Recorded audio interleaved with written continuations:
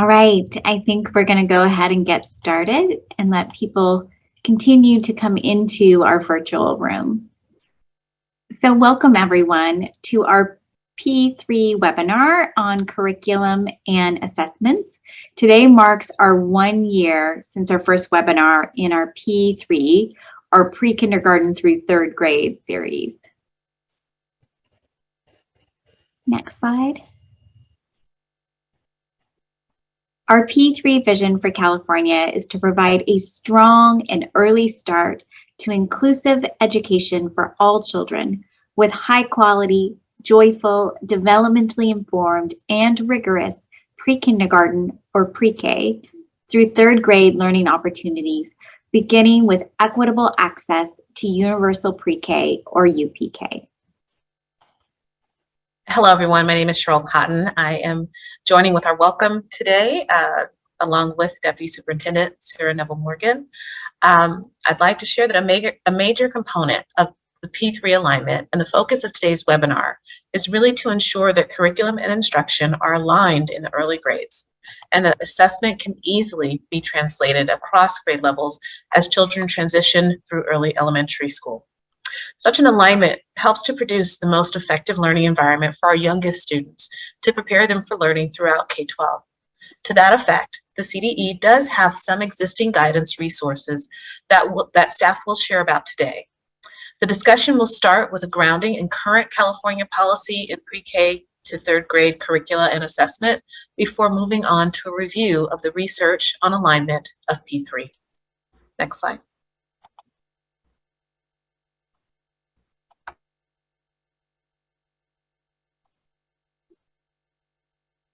So welcome everyone. We have an exciting array of presenters here today to speak on effective strategies for P3 alignment of curriculum and assessment. From CDE, in addition to myself, which I just realized I didn't say who I was, Sarah Neville-Morgan, Deputy Superintendent for our Opportunities for All branch, along with my counterpart and colleague, Cheryl Cotton, who you just heard from, our Deputy Superintendent of Instruction for the Measurement and Administration branch. We also have Dr. Lily Moffett, our Society for Research in Child Development Fellow in our Opportunities for All branch, as well as Richard Gifford, an Education Programs Consultant in the Curriculum Framework and Instructional Resources Division. I have to do a special thank you and shout out to Lily, who's the one who was the brainchild behind this event today and really put us all together so that we could make this happen. Thank you, Lily. In addition, I have the immense pleasure of welcoming Dr. Deborah Stipek, Emeritus Professor at Stanford University, who is doing her best to fail retirement as she continues to work with us in so many spaces. And all the way from the East Coast, we have Dr. Jason Sachs, the Executive Director of Early Childhood Education at the Boston Public Schools, and someone internationally known for their work and what they're doing and how they're supporting a P3 effort with a strong preschool program and alignment. And his colleague, Melissa Tonashell, a program developer at Boston Public Schools. Today, we'll also hear from our very own California school districts and our state preschool program partners. Scott Moore, an executive director at Cadango here in California, where he has not only state preschool funds, but also early Head Start and Head Start funds.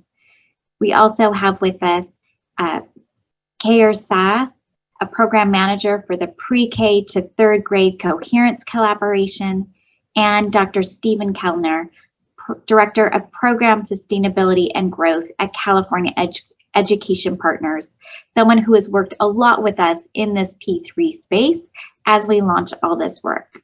I will now pass it over to Lily to continue on with our agenda. Thank you, Sarah.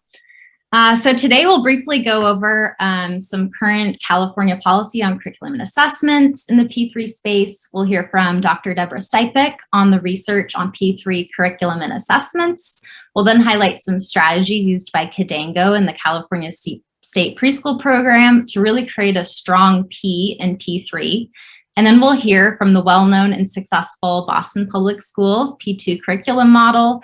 And then California Education Partners will highlight what some school districts are doing to create more alignment in curriculum and assessments, followed by a data snapshot of what curricula TK programs specifically have been using across California. And we'll finish the webinar with a panelist discussion and key takeaways. So first, we really just wanted to start with providing some review of the current policy for curriculum in the state, starting with preschool and TK. So for our California State Preschool Program, our program requirements, Education Code 8235, 8236, and 8239, state that services shall include age-appropriate planned educational activities throughout each program day that address all developmental domains contained in the California Department of Education's Desired Results Developmental Profiles, or DRDP. And for transitional kindergarten, or TK, Education Code 48000D states that TK is the first year of a 2-year kindergarten program and is supposed to use a modified kindergarten curriculum that is age and developmentally appropriate. Pursuant to Education Code 48000F, TK programs are intended to be aligned to the California Preschool Learning Foundations developed by the CDE.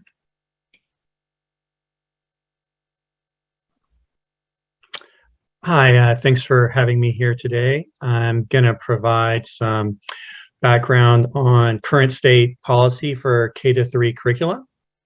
So in K-3, curriculum frameworks serve as a guide for implementing K-12 content standards.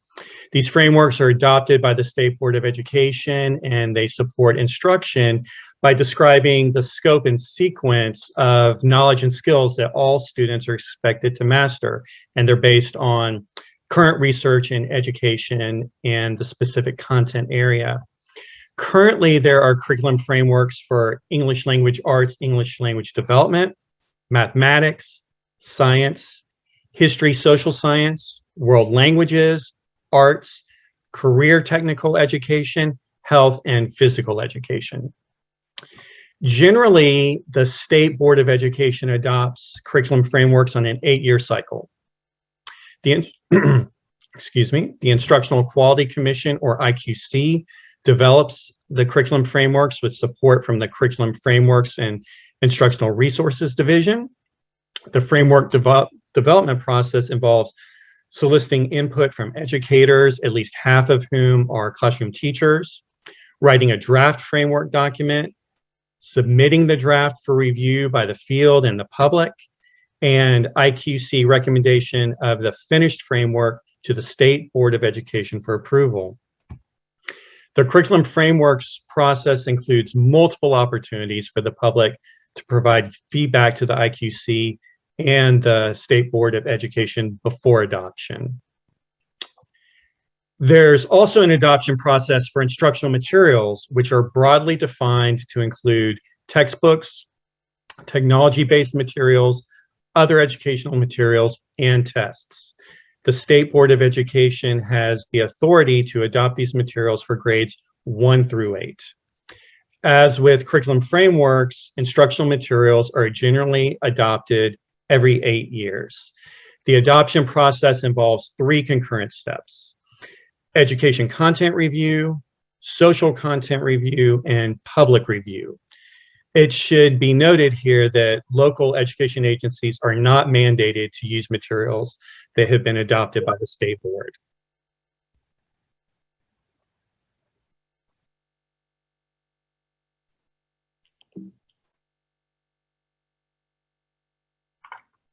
So I also wanted to highlight our policy on student assessments. So for children in CSPP, or the California State Preschool Program, they're required to be observed on the Desired Results Developmental Profile, or DRDP, 2 times per year.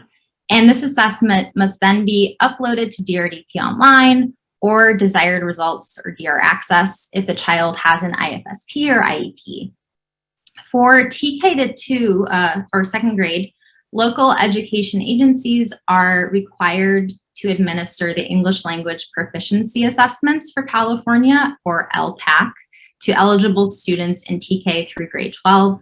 For grade 2, there are optional diagnostic assessments for students for English language arts and mathematics. And beginning in 3rd grade, children take the LPAC as well as their first year of state standardized tests on the California Assessment of Student Performance and Progress, or CASP. And this includes the Smarter Balanced Summative Assessments for English Language Arts Literacy and Mathematics, or the California Alternative Assessments if the student is identified with special needs, and the California Spanish Assessments if the student's primary language is Spanish. So we'll present on this later in the webinar, but while there are no other requirements for assessments in the early elementary grades, districts typically use some type of assessment to monitor children's progress across a range of school readiness skills. So, and I'll pass it over to Dr. Deborah Stipek, who will provide an overview of the research on P3 alignment of curriculum and assessments. Thank you, Lily. So let me just elaborate a little bit on what we mean by aligned instruction.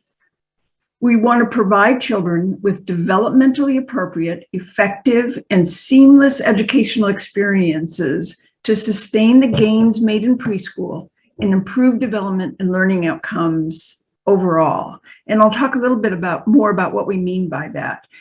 Here are some qualities of instruction that is aligned.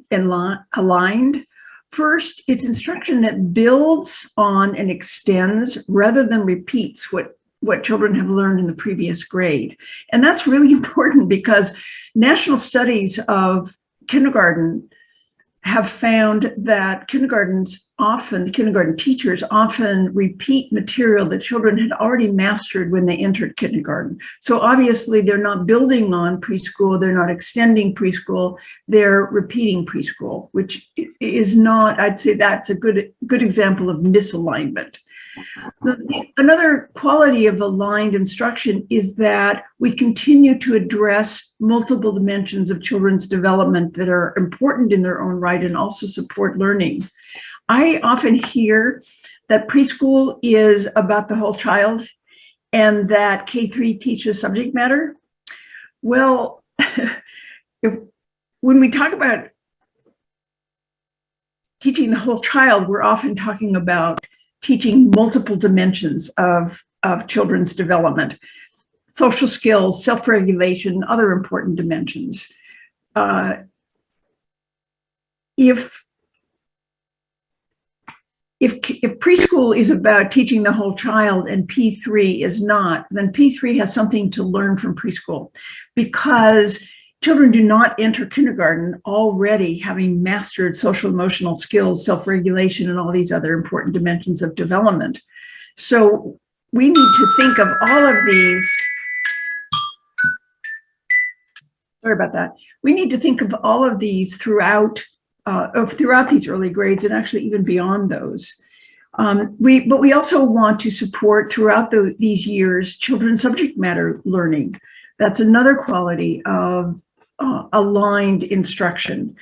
We're laying the foundation for literacy, math, and science, and other dimensions of curriculum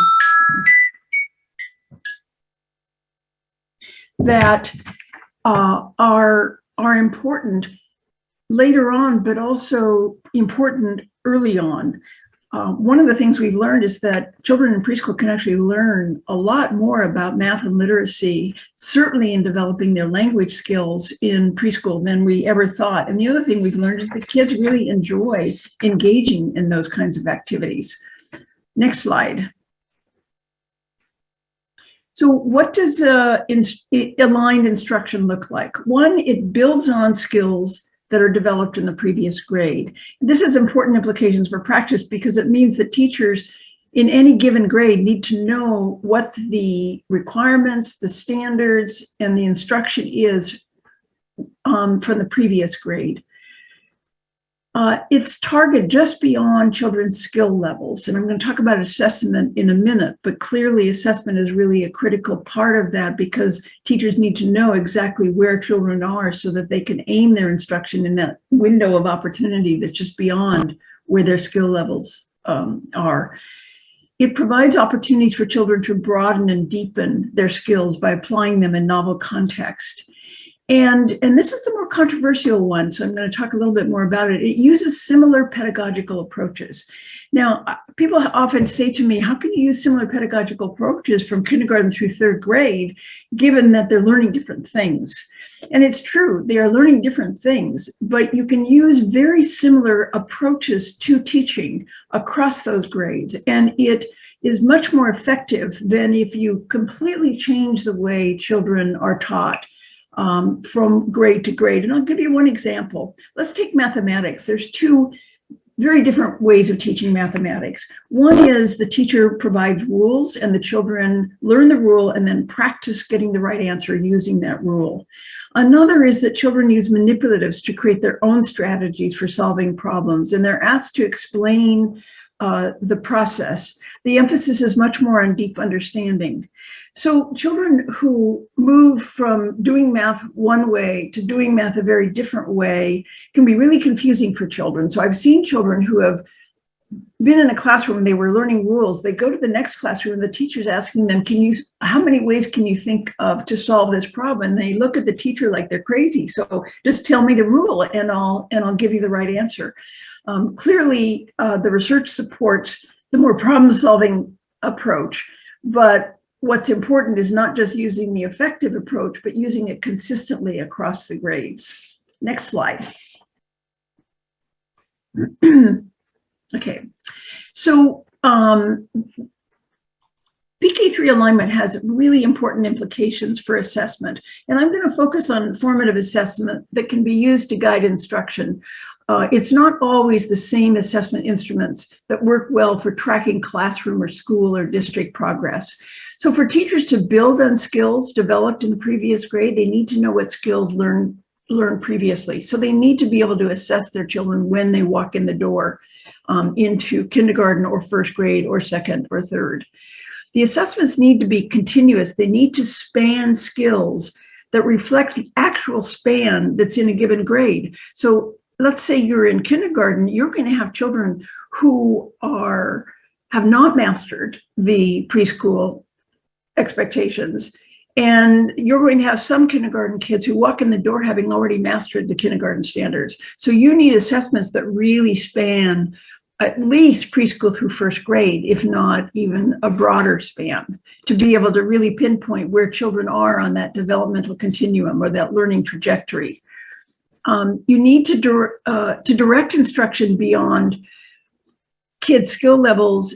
You need nuanced, very specific assessments that are directly related to the curriculum. We typically use these generic instruments. They may have only 2 items that are related to what the kids are learning. But if you really want to know on a deep level, on a nuance level, in a precise way, what a child has mastered, understands, you need an assessment that is going to be much more directly related to the instruction that you're engaged in at the time. And finally, they need to be given frequently because teachers need to track children's progress as they move through the instruction, the academic year. And finally, last slide, P3 alignment has a lot of implications for how we choose our curriculum. First, the curriculum obviously has to be aligned with state foundations and standards. I mean, that goes without saying. It also needs to address all dimensions of children's development. Remember, I mentioned the importance of thinking about the whole child, not just literacy and math. Now, I'm using curriculum very broadly here to include everything that's being done over the course of the day. So recess, for example, provides an opportunity for physical and skill development.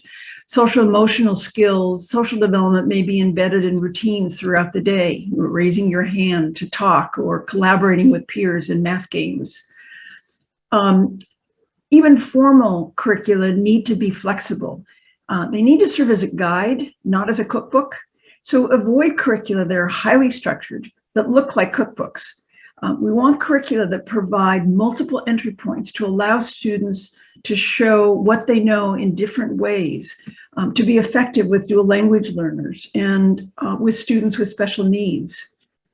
And I'm going to really stress, well, let me just mention, we also want curriculum that is aligned across the preschool through the third grade and beyond. This is really tricky because there are very few off-the-shelf curricula that span preschool through third grade, but you can at least be sure that you choose a curriculum that fits well with the kindergarten curriculum and uses similar teaching approaches across those grades. It is really important, even in preschool, to have subject-specific curricula for literacy and math. And I emphasize this because it's not what is typically found. Many preschools use what some call a whole child curriculum.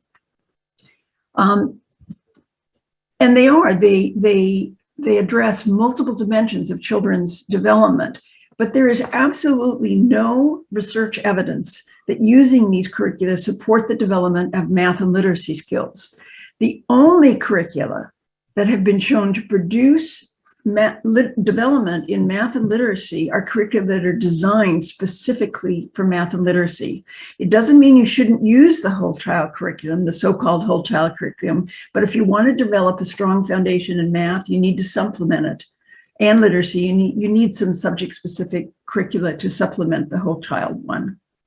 And of course, you want your curriculum to be developmentally appropriate. People often refer to play-based instruction when they're referring to young children. I prefer playful because play-based is sometimes interpreted as free play.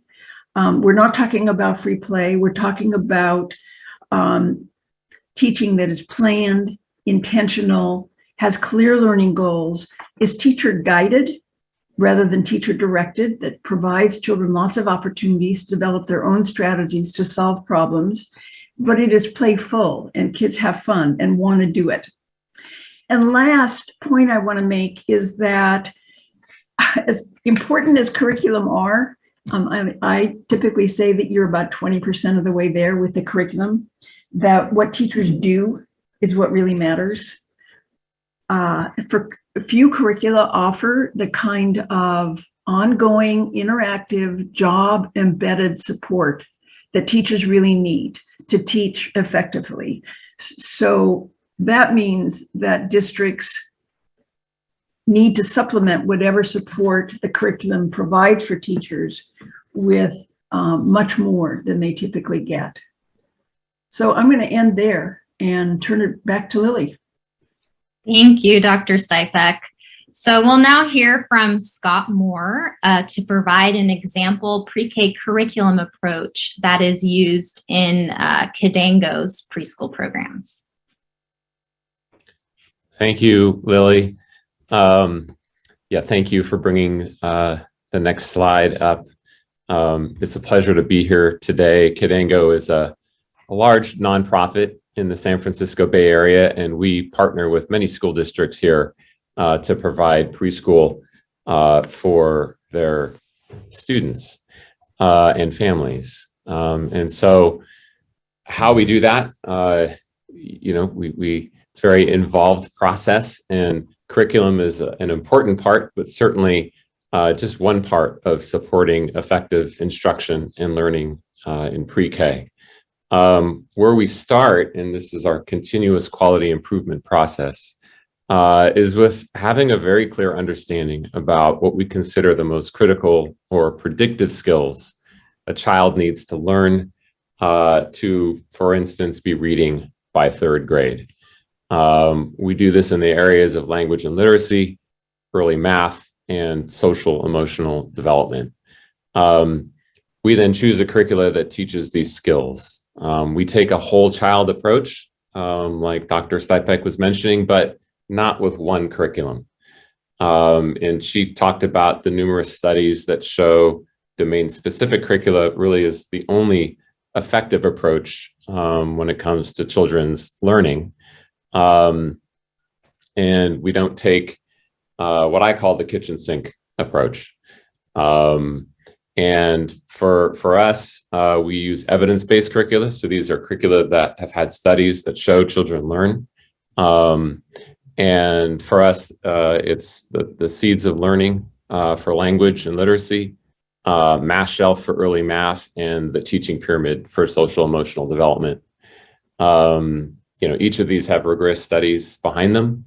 For our Seeds curriculum, actually the University of Chicago did a study on our implementation of it, a 3-year randomized controlled trial, and found significant child learning outcomes, effect sizes in the areas of vocabulary, letter sounds, rhyming, alliteration, and letter names.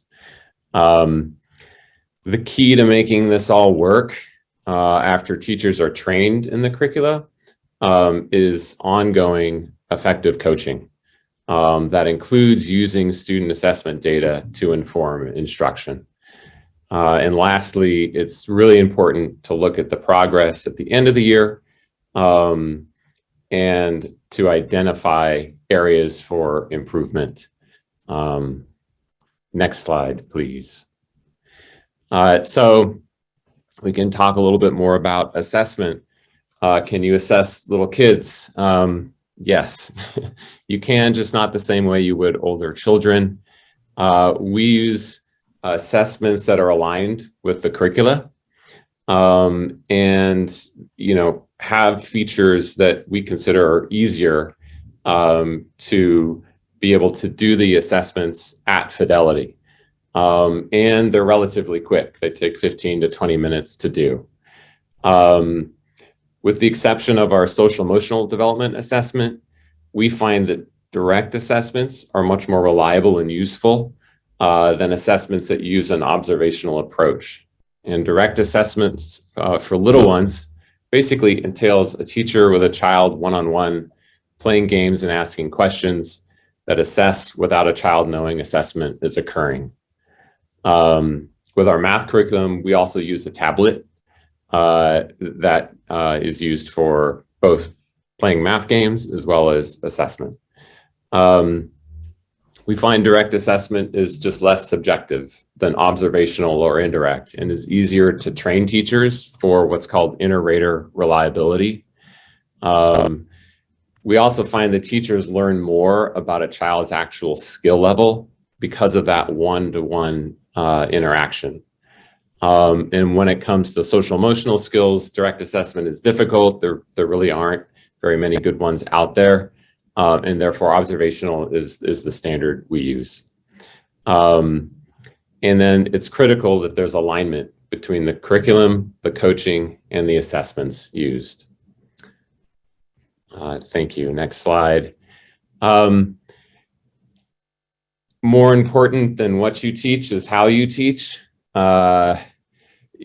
Children really, I think at all ages, learn through meaningful relationships and interactions. And that's not easy to do well. You can tell when children and teachers are highly engaged. There's a lot of activity, not necessarily noise. And children are talking as much, if not more, than the teachers. There should be a balance of small group, large group, and one-on-one activities. And we find that RTI, or response to intervention, is an important approach to helping children who need extra support in particular areas. The how is improved through coaching. That includes data to inform instruction. Effective coaching is based on reflective practice that uses teacher videos, observations, student data in a low stakes approach to continuous quality improvement. I just want to emphasize the low stakes nature of this work. And we found that in the beginning, teachers were challenged to work this way, especially in using data. But when they saw the results in child outcomes, how much children were learning, when their own enjoyment of teaching rose, because the more meaningful the interactions are, the higher level of engagement there is, and that's just more fun for children and more fun for teachers. And one of the keys for us in our training is to do the training with teaching teams. So in preschool classrooms, you've got more than one teacher. Typically, you'd have 3. And it's really important for them to learn this together because they're going to be teaching it together. And when they go back to the classroom implementing what they've learned, it's important that they can have that continuous communication throughout the training as well as the implementation. So yeah, I'll hand it back to Lily. Thank you, Scott. Now we'll hear from the Boston Public Schools and their pre-K to 2nd grade aligned curriculum. So Melissa?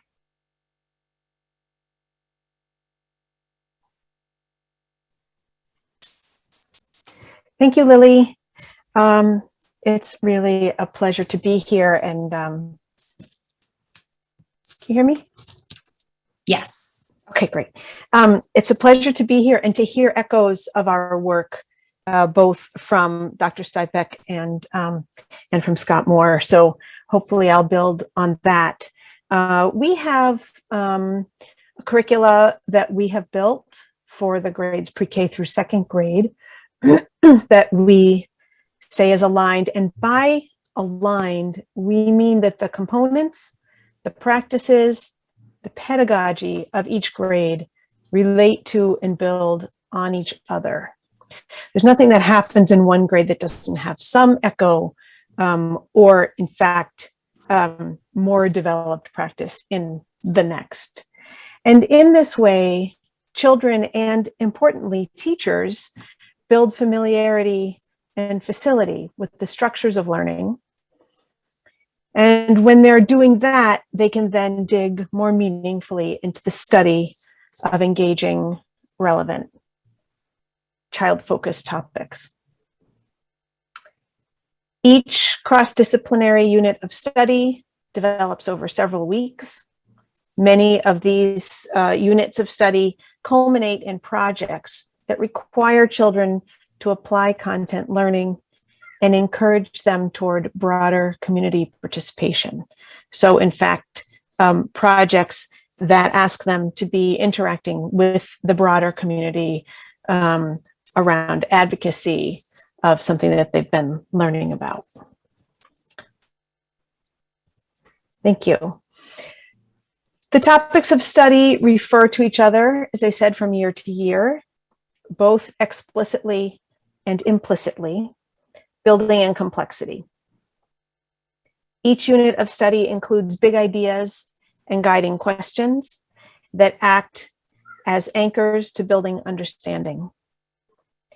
In grades kindergarten through 2nd grade, there are mid and end of unit assessments that help teachers consider how children have interacted with the topics, as well as chart the development of children's vocabulary, their understanding, and their mastery or movement toward the standards, especially the literature and informational reading standards. In addition, the topics of study alternate between having social studies and science in the foreground, although both of those content areas are integrated throughout all of the units. So for example, in this chart, the pink boxes indicate social studies topics, the blue boxes indicate physical science topics, and the green indicate earth sciences topics. The units of study in pre-K are family and friends, wind and water, the world of color, shadows and reflections, and things that grow. And as we look at each grade, you can probably find those echoes in other grades. In kindergarten, the units of study are our community, animals and habitats, construction, and our Earth.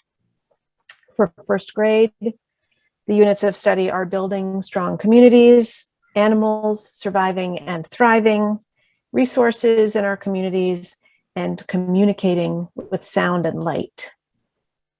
And finally, in second grade, the units are how we learn in our school communities, the forces of wind and water, connecting places, connecting people, and finally, the power of pollinators. So you can also, if you could go back for just a second. So you can also read across the grades and see, for example, that each grade begins with a community-oriented social studies topic. And then you see, for example, the world of color in pre-K pops back up again when we look at sound and light in first grade. Next slide, please. This is a sample of the texts included in one unit of study in first grade. It includes Wanda's Roses, All Are Welcome, Last Stop on Market Street, Ada Twist Scientist, Mango, Abuela, and Me, Mama Miti, Wangari Maathai and the Trees of Kenya, Biblioburro, A True Story from Colombia, and Maybe Something Beautiful. These are mostly fiction texts, with Mama Miti and Biblioburro being biographies written as stories. And in addition to these, in this same unit of study, we include a lot of informational text, including some original text written by our team to support specific knowledge building.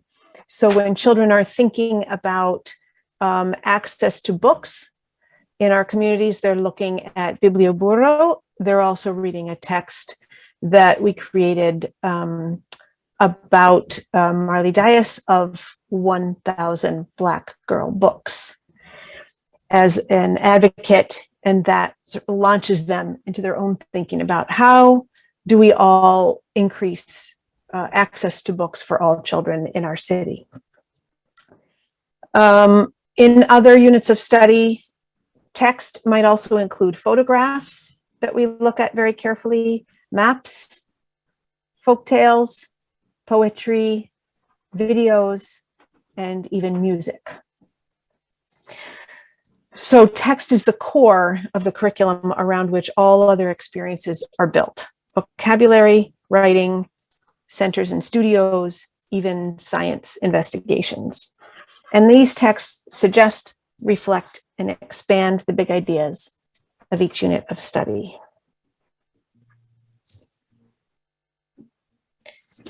There are several areas of alignment. Word of the day, it seems like, from pre-K to second grade. And while I'll name them separately, again, it's important to note that these components are interrelated and in conversation with each other. What happens in one part of the day is referred to visually and in discussion and through text and through social emotional experiences at other times of the day. All of these components involve both teachers and children. There's nothing that it's being done to children by teachers. And the interactions are fed by authentic relationships between and among the teachers and the children. What's not listed here is social emotional learning. They are not codified in lessons, but guidance is offered for how to integrate Boston Public Schools social emotional learning competencies and skills, ranging from self-awareness and social awareness to decision-making, for example. So here you see at the top vocabulary and language, which in pre-K is embedded through the day. It comes up while we're reading stories and in discussion. Kindergarten has a routine called Grow a Definition, and first and second grade use weekly words as well as language lessons. And all of that vocabulary that we're introducing explicitly comes with images and definitions and opportunities through specific questions and prompts for children to turn to each other and talk and use those words. We know that children are developing vocabulary through use of that vocabulary across contexts. Also included in vocabulary and language is a practice of storytelling and story acting, through which teachers are collecting stories that children dictate, and then the whole class together is acting them out. Again, an opportunity for developing vocabulary and language. All 4 grades, of course, have a practice of read aloud. It's called text talk in 1st and 2nd grade. And across the board, there are multiple reads of a book and related writing. Foundational literacy lessons and experiences include the use of Heggerty phonemic awareness and Foundations curricula, as well as teacher-led groups with shared reading, and then in 2nd grade, independent reading. And then all the grades have various hands-on projects that play out in centers and studios. These are those playful, materials-based, relationship-based experiences that are tied to the standards via topics and text and specific vocabulary. And part of centers and studios is a practice we call thinking and feedback, which is a whole group meeting where children come together to share their experiences and their work from centers and studios to provide and receive feedback from each other in order to continue deep and thoughtful work, complicated, complex, evolving work. And finally, in pre-K, the math building blocks curriculum is also connected to all of the other components of the curriculum. Pass to you, Jason. Thank you, Melissa. So what you are looking at, or will be looking at, is a chart that basically looks at, we're part of a $4 million longitudinal study by the Institute of Educational Sciences, conducted by University of Michigan and Harvard, and MDRC. MDRC is a New York based research consultancy, and they actually ran the project. And what they did is we developed what we call the Fidelity tool. And that Fidelity tool measured both the adherence to the curriculum and then the quality of implementation.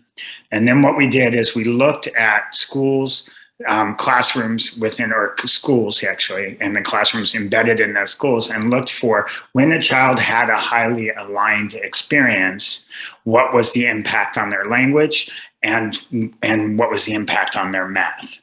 And what we found is that when children experience a highly aligned curriculum from pre-K to second grade was COVID year, so we only have 1st grade data. What you're seeing is students are doing substantially and significantly better than if they have a low fidelity experience, which is the bar on the right. The bar in the middle says when they have mixed experience that they do better than if they have nothing, low fidelity. But that curriculum implementation, both quality and adherence, are really critical to this. In addition, another slide that I don't have here basically shows you that the achievement gap when Black and Hispanic or Latinx students compared to white students have a highly aligned experience, the gap closes. So you don't just have kind of slopes that are equal for Black and white or Hispanic. What you actually see is that Black and Latinx students increase. And so you are narrowing the gap by 1st grade. So that's pretty exciting. That's for vocabulary. We don't have the math data yet, but we're working on it. And so, but the other important thing we did find is that if you are a Black or a Latinx child, you are less likely to have a highly aligned experience. In other words, if you are a white student, you are more likely or have a higher probability of having an aligned experience. So the nature of who you are and which school you go to actually interplays with the quality of educational experience you get and the alignment. And so it tells you that not only do you have to focus on the strong instructional practices embedded in a curriculum, focused on content. I think Melissa just didn't say that this is basically a literacy curriculum, and then math has its own substrand. And she did mention social studies and science going foreground and background, but basically these are content-specific curriculums, mostly focused on ELA, but integrated. And building community. So the data are pretty exciting, and it does show that this stuff works, but it's also tells you that alignment really is important, and that the coaching and then developing accountability measures for fidelity are really critical, because it's one thing to implement a curriculum and say, go for it. It's another thing to know and monitor whether or not that curriculum is happening. And then the final thing I just want to say is we actually had to write this curriculum because there was no existing. We got really strong pre-K effects, but in kindergarten, first and second, there was nothing that really worked for us. And so we actually wrote the curriculum, and the curriculum is on our website, bpsearlylearning.org. And you can go and you can see the whole thing, and you can access the entire curriculum. So I think that's all I'm going to say now till the panel. And so thank you for your time.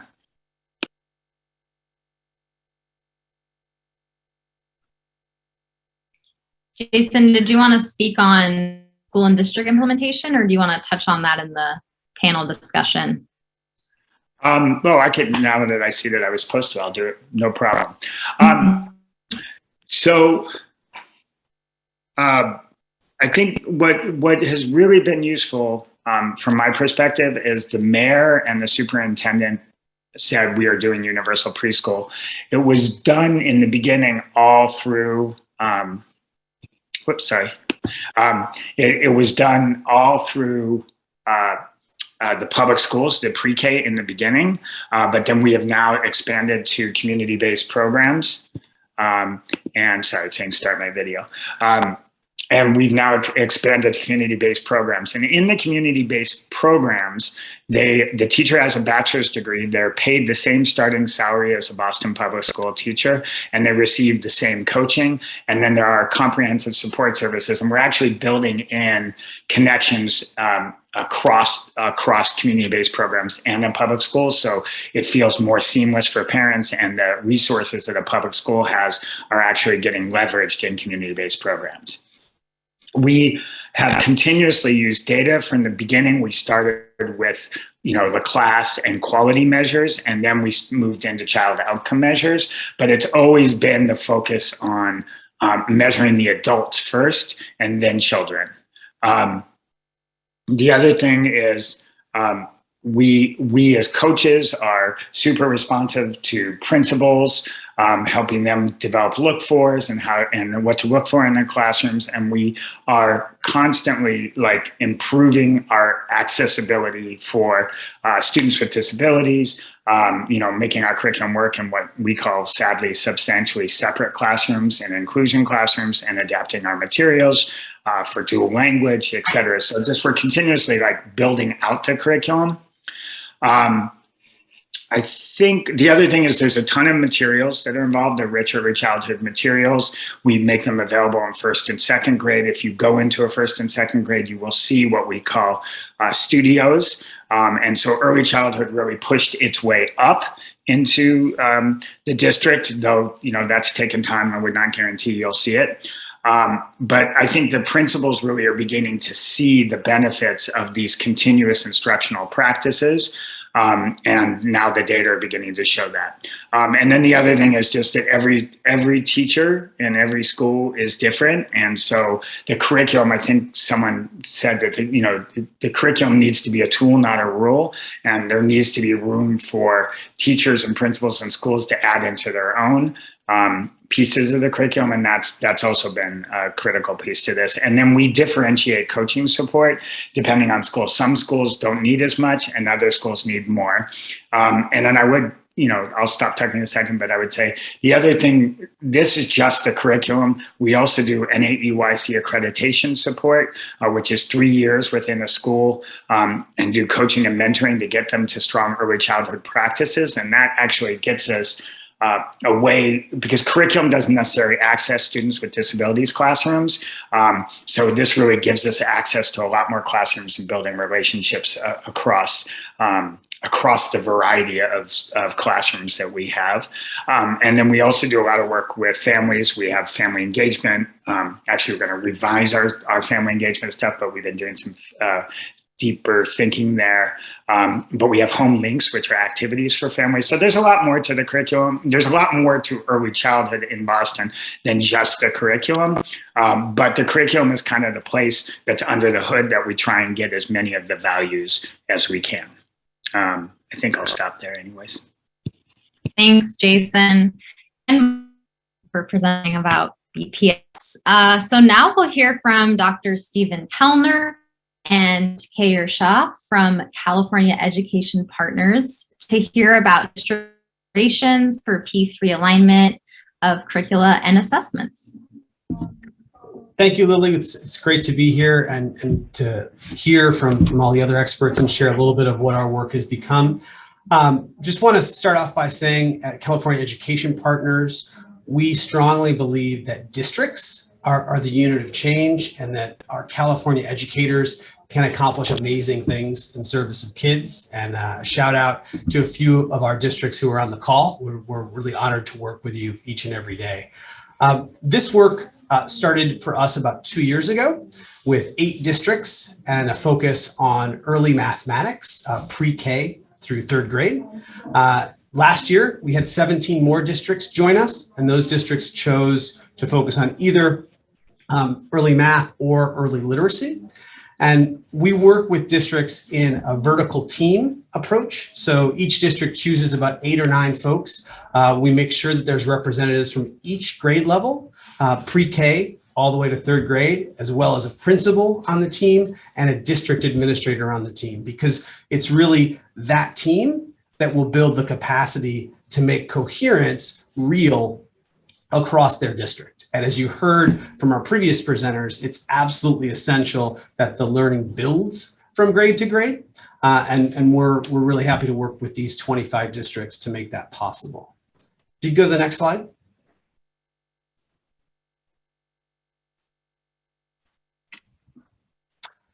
And so as we're talking about assessment in this section, I'd like to talk to you a little bit about our coherence roadmap, which we like to think makes coherence concrete, because the term coherence can be pretty hard to wrap your hands around and get some specificity. You'll see that assessment is an important part of it, but not the only part, because assessment cannot be an island unto itself. And so you can see that we emphasize high quality learning experiences as a key part of coherence that involve student assets and teacher practice, right, in combination at the classroom level.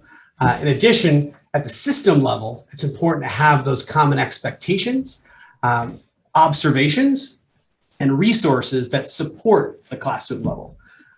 When it comes to assessment itself, at the classroom level, that data-driven instruction that you've already heard about today, as well as formative assessment that influences instruction, is critical. And then at the system level, those common formative assessments, as well as data accessibility and student support, are a key portion of coherent assessment. And then finally, adult collaborative learning. We know that a lot of districts have time for teachers to collaborate, but what does it look like to have true collaborative experiences that span different grade levels, as well as an organizational structure across the districts that not only involves teacher growth, but also family engagement? Because we know, especially with our youngest learners, that the most important adults in their lives are often the ones at home. And so this roadmap gives you a general structure, but I'm happy to turn things over to Keyur Shah to talk more specifically about what this looks like in a couple of our districts. So go ahead, Keyur. So we'd like to give you a few examples of how these different drivers of high quality learning experiences, assessing learning and adult collaboration work with each other. It's important, as Steve mentioned, to not only have a high quality learning experience with the curriculum and the instruction that Scott and Deborah mentioned earlier, but then to have assessments along the way that will formatively give you data on what students are able to do. And then how are the adults going to be able to connect with each other and talk with each other, not only within a grade level, but across grade levels to really build on that P3 coherence. So in one of the districts that we have worked with closely, teachers started and tested common high leverage pedagogical practices across preschool through third grade classrooms. So think of these as like shared reading or guided reading or practices that you can scale across different grade levels. And what they needed to do was to figure out in their adult collaborative spaces was what does that look like and what is developmentally appropriate for their particular grade levels, right? And so once they actually defined what that looks like, they started to implement these high leverage pedagogical practices in their specific classrooms. They also then took a kindergarten assessment. As you all know, there's not that much yet available in the TK space. And so they took a kindergarten assessment, modified it to make it developmentally appropriate for TK, and then track data to see specific progress in those classrooms. What they learned, very similar to what was mentioned earlier, which was teachers using these aligned pedagogical practices showed higher gains for students than classrooms that weren't using it, right? We also, the district found out that it was hard for the TK teachers to collaborate with the preschool folks or the kinder folks or anybody in the K through 3 space because their classes were at different times. And so they moved their TK classes to the AM and had common planning time so that TK and K teachers could collaborate weekly. And so for the districts that are on this call, thinking of the system shifts that will help collaboration across your preschool through third grade classrooms is a really important part of looking at coherence for preschool through third grade. On the next slide, we have another district that tried out a variety of different options as well. So their change idea was to try these open-ended tasks for preschool through third grade students to investigate and develop an understanding of math concepts. So they provided these tasks to students, these open-ended tasks where kids were asked to count large objects or solve math problems, word problems, but it was a task that was a little bit more open where kids could choose the quantities that they were looking for. Again, the teachers worked together preschool through third grade to determine what this would look like across each of their grade levels and to understand how this wasn't going to be one of those direct instruction type of situations, but it'd be an area where kids were allowed to explore, use manipulatives, use whatever tools that they chose in order to help them solve these problems. And so while the teachers discussed this, they implemented it. They also chose to have a 2-question math assessment that they would look at preschool through third grade. The numbers just changed. It's a word problem. The numbers just changed depending on the grade level for the student. But you could see for the first time for some of these districts, coherence from preschool all the way to third grade. You could see some preschool students being able to do higher level math than sometimes the TK students. And so what this did for the system, which was beautiful, is that it allowed teachers to see what students can do. And then the next grade level will build on what the students can do based on this 2-question assessment. So there are a variety of these examples that will show you how assessments, curricula, and adult collaborative spaces work together. But what we want to really highlight is they need to work in conjunction with each other. And if that doesn't happen, if one of these legs of the 3-legged stool aren't necessarily there, you won't be able to have a strongly coherent system. I'll pass it over to Steve now for just concluding thoughts. Yeah, thanks, Keir. Just a couple takeaways, and especially for the districts that are on this call. Please know that the capacity to have P3 coherence in your district exists within your folks already. You've heard from a lot of experts today. We have seen the 25 districts that we work with execute this in their local context for their students. And so please know that that is available to you. One of our colleagues likes to say that we can do anything, just not everything. And so I would encourage you to find skills across the grade levels that are worth tracking, as opposed to trying to do everything for all the different standards, and zero in on those high leverage skills that can really improve student learning. And finally, it's all about, as you heard several times today, the adults getting together and putting students first. So the benefit really comes from building that coherent instruction grade over grade. And we know that we have some amazing educators all across the state who are absolutely capable of doing it. It's our challenge to make the systems help that to be possible.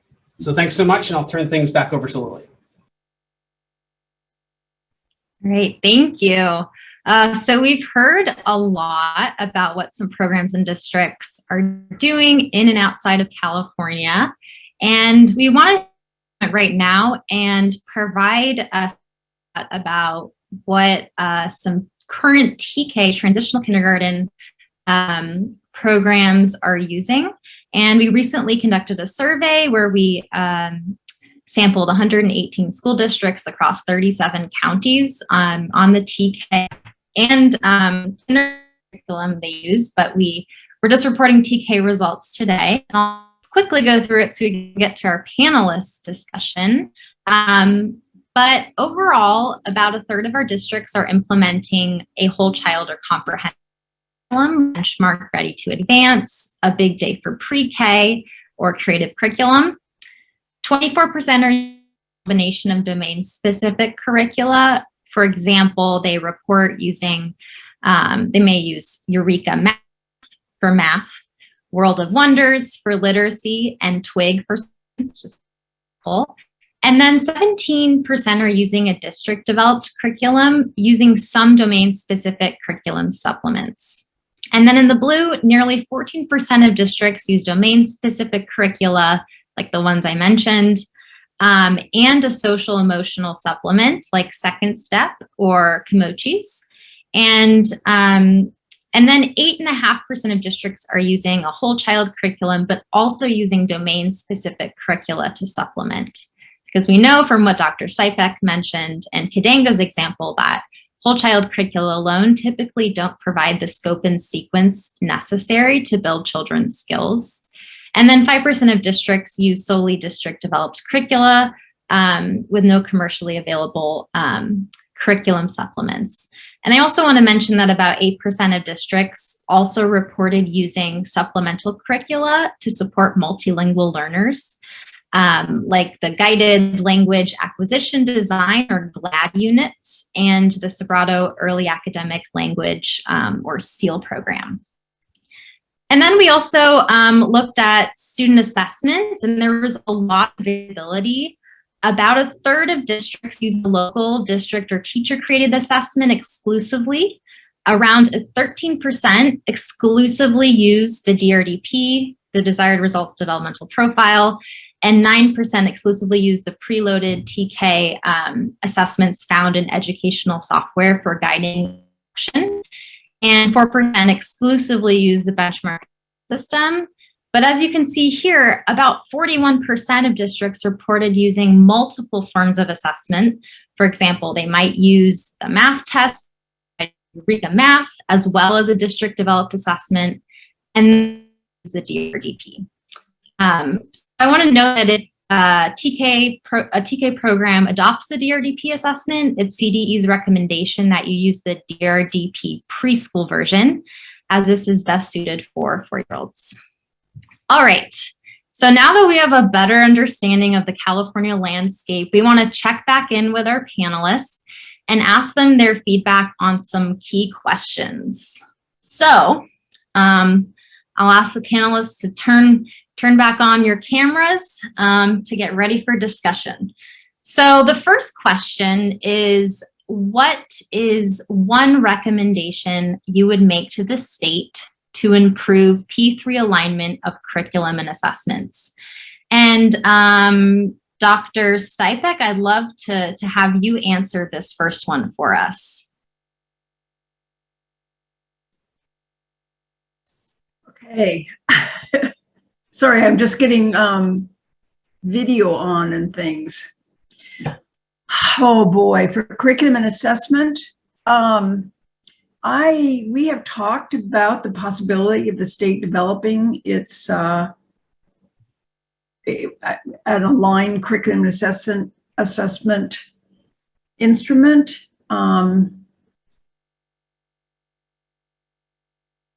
So I think that would be a really good idea. I don't think that we really have one that exists. I get asked the question all the time, what should I use? And I have been frustrated with not being able to make great proposals. I don't want us to start from scratch though, because there is a lot of work going on out in the area. Boston, for example, that we just heard from. So I'd want to take good advantage of some of the work that other states and cities and even developers have made. Thanks. Do you want to take a crack at this first question? Recommendation for the state to improve P3 alignment of curriculum and assessments? Absolutely, sure. Totally agree with what Deborah said. I think the thing I would add, the state is really uniquely positioned to provide multiple pathways for districts to accomplish this. We know that aligning curriculum and assessments P3 is going to be a significant system change. And so I think it would be wise of the state to provide multiple entry points for districts to do this, because as we know across the state, one size does not fit all 1,000 districts. And so some may want to partner with their county offices of education. Others might want to dig into a particular curricular framework. Others might want to collaborate with similar districts. And so I think the state could be in a really great position to provide those different pathways for that alignment to occur. Thank you. Does anybody else want to jump in on this question? I know Jason and Kayer and Scott, I was going to ask you question number 2, but if you had any, little maybe one sentence recommendation to make to the state, if you wanted to provide that now before we go to number 2. I'll go. I think that the state should figure out ways to encourage just local school districts to work in greater collaboration with community-based programs, Head Starts. And I know these grants kind of do that, but you need to leverage both systems, because what we found is even when we did universal pre-K in the public schools for free, accessible, there are families that are working that need 8 hours, 11 months of the day. And there should be no wrong door. All access has to be high quality across, and the program should be both delivering kind of a high quality thing. And so we're starting to think about what are common measures across both settings. And then also like weaving, so you enter into this community-based program and then you have automatic access into this public school. So really thinking through how the systems better fit together. And that's a state level function, not just a local district. We were lucky in Boston that the mayor just said do it, and the superintendent, I've had a straight line, but I just think that's a huge piece that the state needs to do, and to work with other state agencies to create more seamless systems for families, because families don't think like that. It's just agencies do. Mm-hmm. Thank you. So we'll do a question 2. So what is one piece of advice you would give to district leaders and early learning administrators to improve P3 alignment in curriculum and assessments? And Scott, it'd be great if we could hear from you for this one, and then we'll jump to someone else. Sure. Everyone's heard a lot, and it's probably might be overwhelming. So, take one piece. I guess the one piece of advice is take one piece at a time and stick with it. And, you'll get to the whole over a multi-year period. But, taking one step at a time has been a critical part of our success.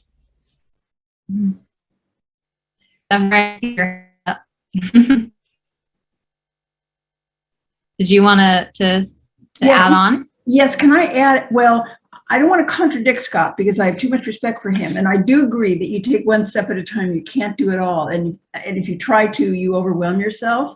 But you still have to think in terms of a system. And you have to have at least a map of how those steps are going to be integrated down the line. Because I have seen steps that have been taken that actually made things worse because other things were not done eventually that made sure that one step that was taken worked. And I'll give you one example is having principals take over preschools is increasingly common. And that you would think would be a good thing because it would mean the preschool would be under the same supervision as the other early elementary grades.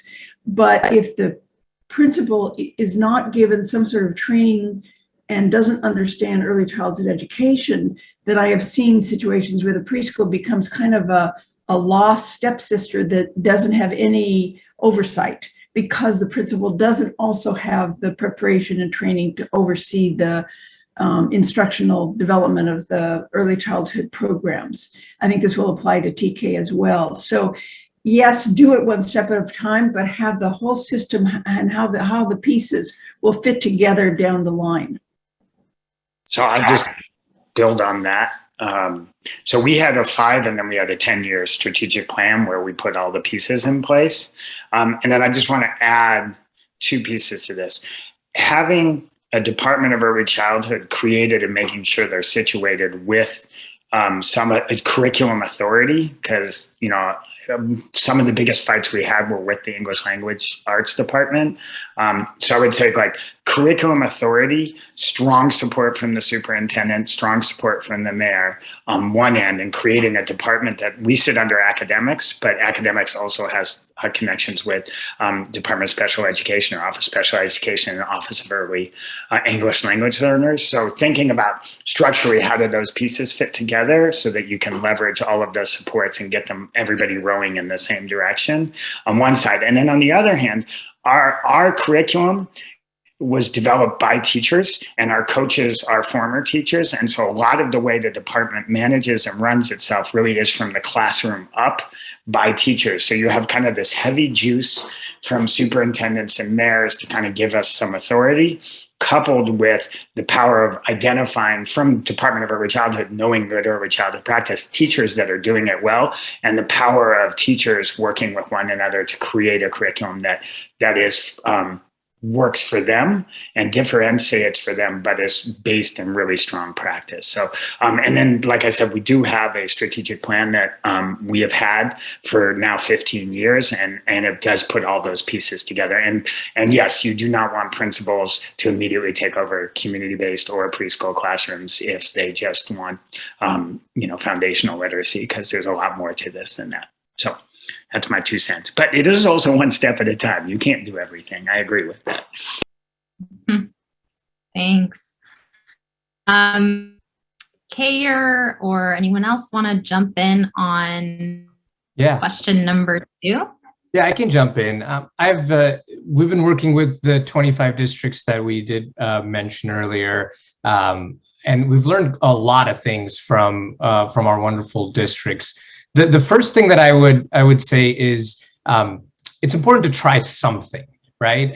We call them, PDSA cycles or Plan, Do, Study, Act cycles, or in some way, some change ideas that you're trying. If you're trying it in the assessment space, small formative assessments that teachers can do something with immediately, or if you're looking in the instructional space, some pedagogical practices that you can do preschool through third grade, or a new way for the adults to collaborate across grade levels, share information, as the year is ending, how are you transferring data about the students' assets from one grade level to another grade level, right? If you can start in any of those areas and build some muscle around how to collect some data on whether or not what you're doing is working, and then slowly start to scale it across your system. It's a small step in that direction that will then lead to you actually making change across the entire district. The second thing that I would say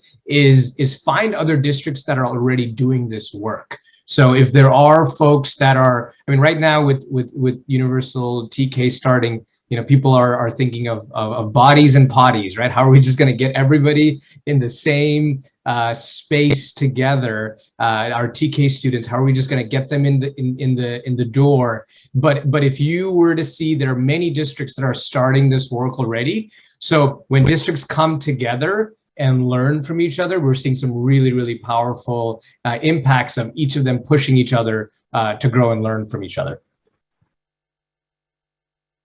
Awesome. Thank you. So in the interest of time, I might move on, but if there's any other lasting comments that any of the panelists want to make before we wrap up, now is your time. I'll just say one thing real quickly, Lily, that I think is important, and folks have said this, but it's important to remember that students and families experience our systems vertically, grade level to grade level, but often our systems are organized horizontally. And so for a district leader or early learning administrator to keep the children's perspective in mind and think about improvement for the student rather than for the system. I think we've heard that theme from all our presenters, and I would just encourage folks to lead with that in mind.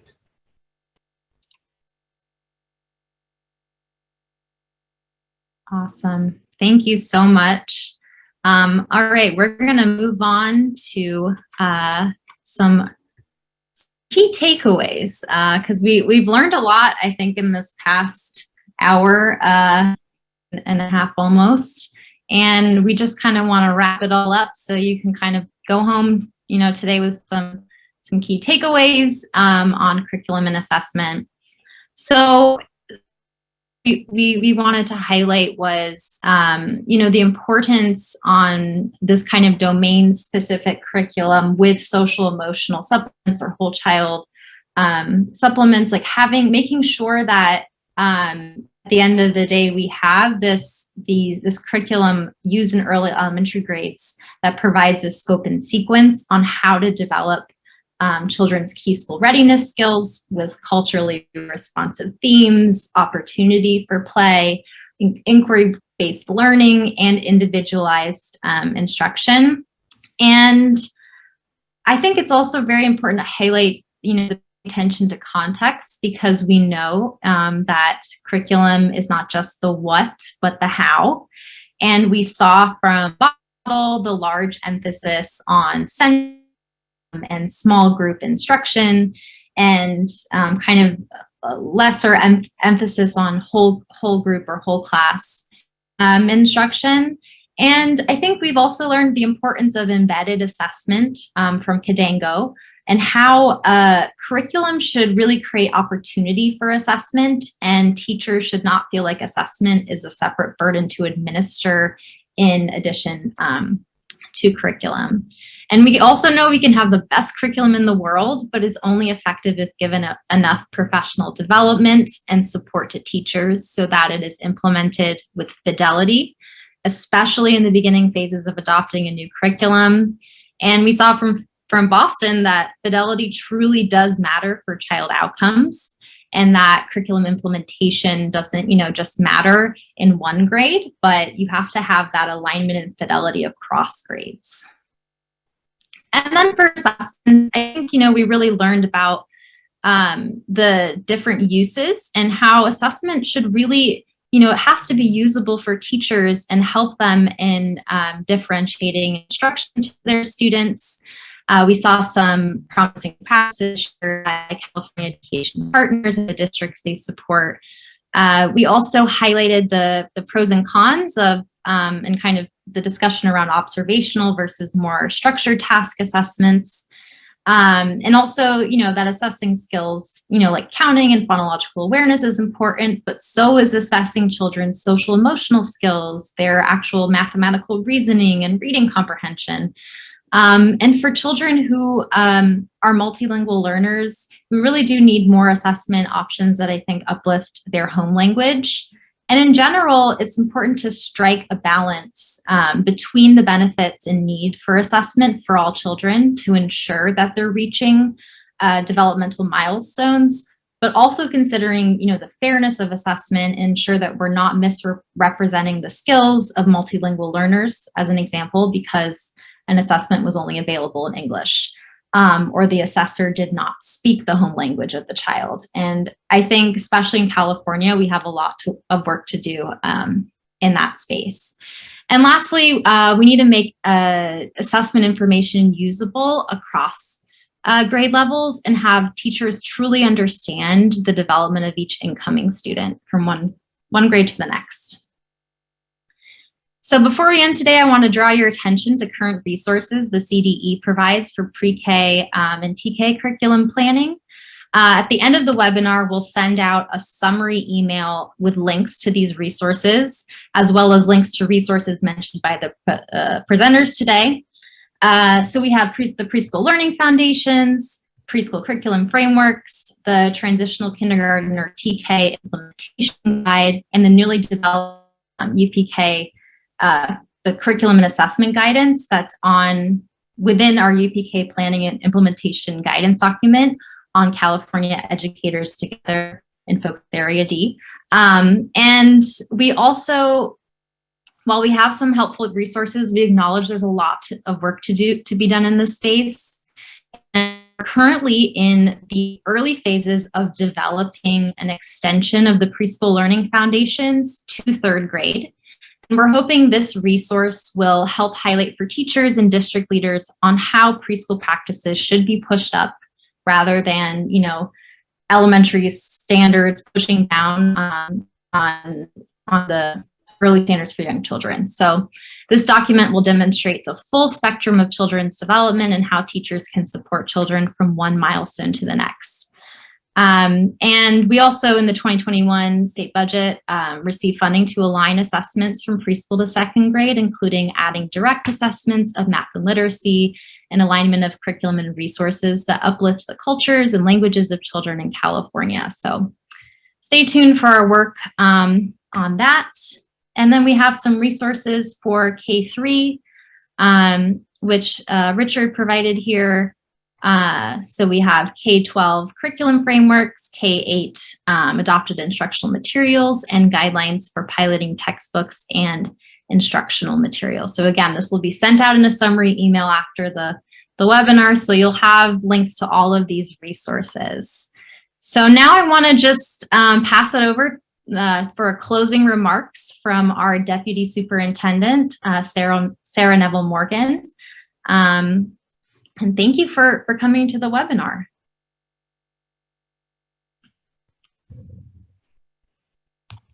Thank you so much, Lily, and thank you all for joining us today. We hope this was a really useful session, and I know I have a lot of key takeaways, and I'm taking Scott's advice to heart in that take a step, take a breath, but we can do this if we plan it out and if we're all engaged in it together to ensure that we have both the vertical and the horizontal coherence. So in our closing, I just want to highlight that we actually have a save the date for our next installment of the Opportunities for All Branch at CDE P3 webinar series. The next one will be multilingual support strategies for young learners from preschool through 3rd grade. And it will be held on Thursday, August 18th, 2022 from 3:30 to 5 p.m. The webinar is designed to support local educational agencies, community-based organizations, our preschool programs, and all of our partners to understand the importance of supporting multilingualism, to receive information about how to design programs to meet the needs of young multilingual learners, and to learn more about best practices for strategies to support multilingual learners from pre-K through 3rd grade.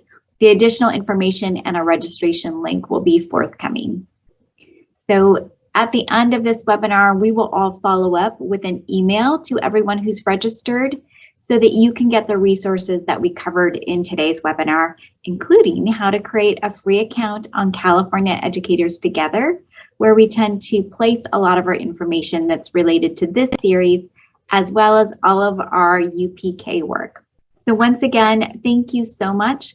A really big thank you to our special guests and presenters, and so much thanks to Boston Public Schools for joining California in this conversation, as well as our experts and scientists and everybody else who really lent a lot to today's conversation. With that, I think we'll be able to close. I should actually thank really quickly TSD, who always makes the magic happen, and our ASL interpreters who join us and have a lot of hand flying as they manage to interpret everything that we say very quickly. Thank you, team, and we will see you later.